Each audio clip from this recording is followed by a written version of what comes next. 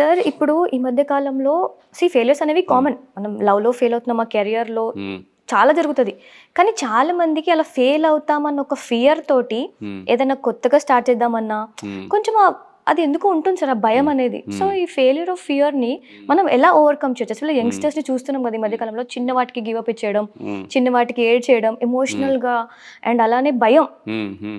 ఆ భయాన్ని ఎలా ఓవర్‌కమ్ చేయాలి సార్? మరి కొత్తగా ఏదైనా స్టార్ట్ చేయాలంటే మనం అది ఓవర్‌కమ్ చేస్తేనే మనం ఫార్వర్డ్‌కి వెళ్ళగలుగుతాం. కరెక్ట్. సో, వీటిని ఎలా ఓవర్‌కమ్ చేయాలనే దాని గురించి మా వ్యూయర్స్‌కి కొంచెం తప్పకుండా అండి. ఎనీ ప్రాబ్లమ్‌కి ఫస్ట్ రూట్స్ అర్థం చేసుకుంటేనే వాటి ఫ్రూట్స్ అనేది నరిష్ అవుతాయండి. ఇక్కడ హ్మ్. ప్రాబ్లమ్ ఏందంటే ఆ వ్యక్తి దగ్గర లేదు. హ్మ్. తను ఫియర్ ఆఫ్ ఫెయిల్యూర్.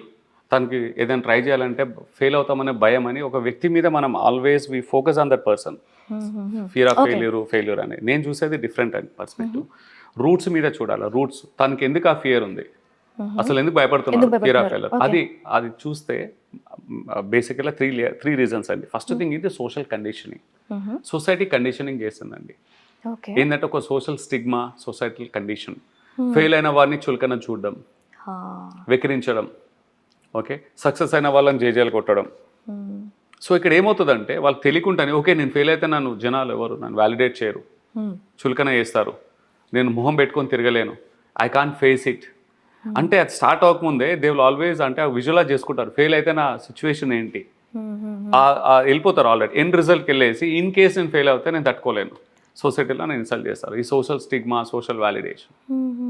ఇది one of the biggest reason అండి. ఓకే. జనాలకు ఏంటంటే ఇప్పుడు కొంతమంది ఇది ఫియర్ ఆఫ్ సొసైటీలో వాలిడేషన్ ఉంది కదా! ఆ హ్మ్. వాలిడేషన్ పక్కన పెడితే, సొసైటల్ వాలిడేషన్ పక్కన పెడితే నేను ఒకటే చెప్తాను. హ్మ్. సొసైటీని కూడా మనం కన్సిడర్ చేయాలి. చేయొద్దనట్లే. As far as we are legal, హుహు. We are moral and ethical. ఇవి ఉన్నంత మాత్రాన ఇవి 3 ఉంటే చాలండి. సరిపోతుంది. ఏదైనా చేయొచ్చు మనం సొసైటీలో. హ్మ్. సొసైటీ కోరం భయపడొద్దని అసలు లేనే లేదు.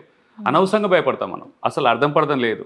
ఇలాంటి అంటే ఈడ ఊహించుకొని భయపడతాం అంతే. సొసైటీకి. హ్మ్. భయపడకూడదు. హ్మ్. లీగల్, ఎథికల్, మోరల్ ఉంటే నువ్వు కావాల్సింది ఏదైనా చెయ్యి. భయపడాల్సిన అవసరం లేదు. అంటే హ్మ్. ధైర్యంగా చేయొచ్చు. కాలర్ ఎగరేస్తూ చేయొచ్చు. హ్మ్. ఫెయిల్ అయినా పర్లేదు, ఏదైనా పర్లేదు. కింద పడి లేవచ్చు.